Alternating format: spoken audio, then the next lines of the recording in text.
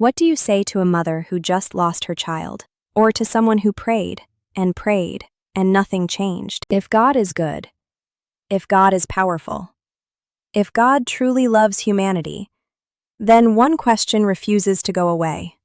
Why does God allow so much suffering? This question has shaken believers, fueled skeptics, and echoed through history for thousands of years. And today, we're going to face it honestly. Welcome back to Sacred Questions, a place where we explore the hardest questions about God, faith, the Bible, and doubt. Not with easy cliches, but with curiosity, humility, and honesty. Because the truth is, suffering is not theoretical, it's personal. It's in hospital rooms, it's in war zones, it's in broken families, it's in quiet prayers that seem to go unanswered. So the question is unavoidable.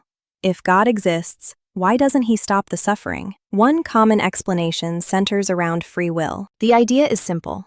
God created humans with the ability to make real choices. And real love requires real freedom. If humans were programmed to always do good, to never harm, to never choose evil, then we wouldn't truly be free. But the difficult consequence of freedom is that people can choose things that cause enormous suffering: war, violence, greed, oppression. Much of the pain in our world isn't caused by God, but by human decisions. In this view, eliminating suffering would mean eliminating freedom. But this explanation raises another question. Because not all suffering comes from human choices.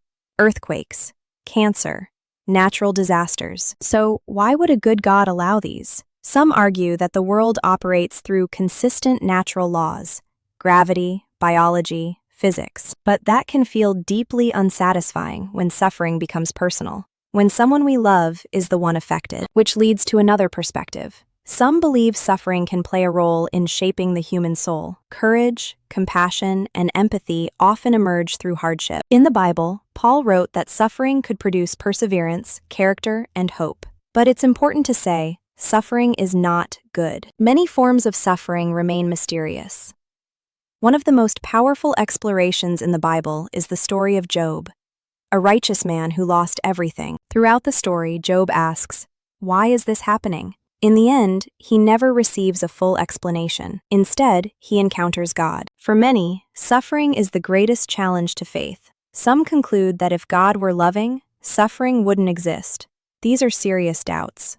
But Christianity offers a unique response. According to the story, God did not remain distant from human suffering.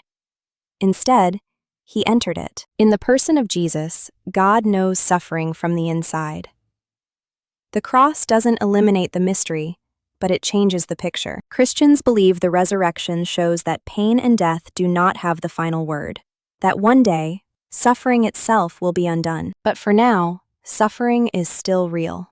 Maybe the more profound question isn't why suffering exists, but what we choose to do in response to it. Will it make us more compassionate, more willing to fight injustice? I want to hear from you. Share your thoughts and habits in the comments. Subscribe to Sacred Questions and join our community, because sometimes the most important step in faith is simply being willing to ask.